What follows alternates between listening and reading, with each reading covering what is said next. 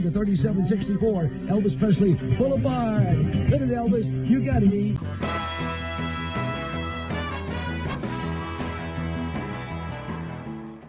Welcome to another video here at Elvis Back on Tour.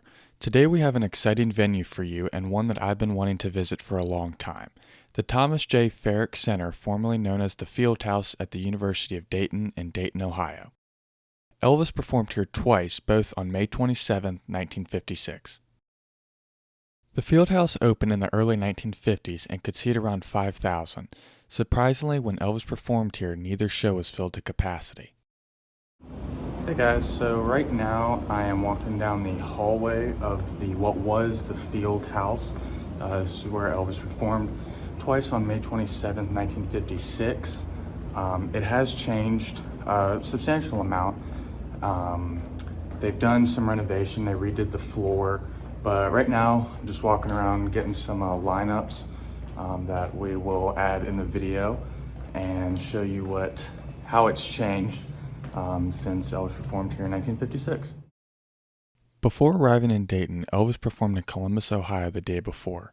After his show in Dayton, he headed to Oakland, California, where he would perform on June 3rd at the Oakland Auditorium. Even after a couple of renovations over the years, the majority of the building has stayed the same.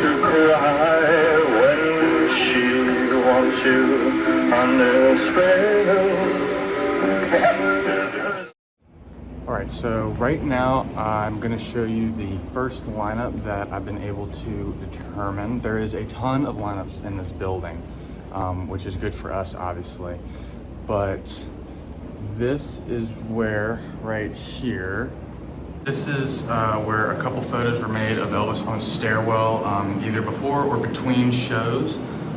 There's a bunch of girls standing next to him, and this is where the photo was taken. There's like a big bright flash up here, and maybe the door was open or somebody else was trying to take a photo. But you can tell by the bricks on the wall and how they've stayed the same. But this is one of the lineups that we were able to determine. All right guys, so I am on my way to get another photo lineup. We've just been walking all around this building, and I wanted to point out that obviously I love the 70s venues, but I also love doing the 50s venues personally, because I feel like I have a connection when doing this, because when Elvis was performing in this building in 1956, he was the same age I was. So we were the same age, and I just feel like when we go to cities that have a 50s venue and we get in, I just feel a special connection because we were both the same age, and I couldn't imagine, doing what he did day after day. Not even him, but Scotty, Bill, all of them. Like, what they were doing was amazing, going all across the country night after night. But yeah, I definitely feel a connection when I come into places like this. So get another lineup for you guys and we'll continue the video. So another photo we just lined up is this picture of Elvis at the piano, and this is in between shows, and we were able to line this one up due to a couple things. One, you can kind of see the door right in front of him as he plays the piano on the side of the stage, and then you can see the stairwell entrance for the second floor. And then one thing that we really worked on to line this photo up was, in the photo you see this bracket that kind of goes across the center blocks, and if you count down the number of blocks, you see these holes, or where the bolts would have been, but the holes are still there. You can kind of see one right in there, and then another one here.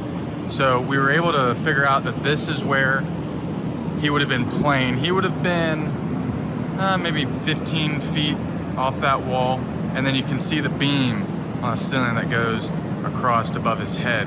And the lights on the ceiling are no longer. They put in new ones when they did renovations a couple years back, but with a couple pieces of evidence that I just pointed out, we were able to determine that this is where that photo was taken. Here's one of my favorite photos of Elvis in the 50s where he has one moment by himself.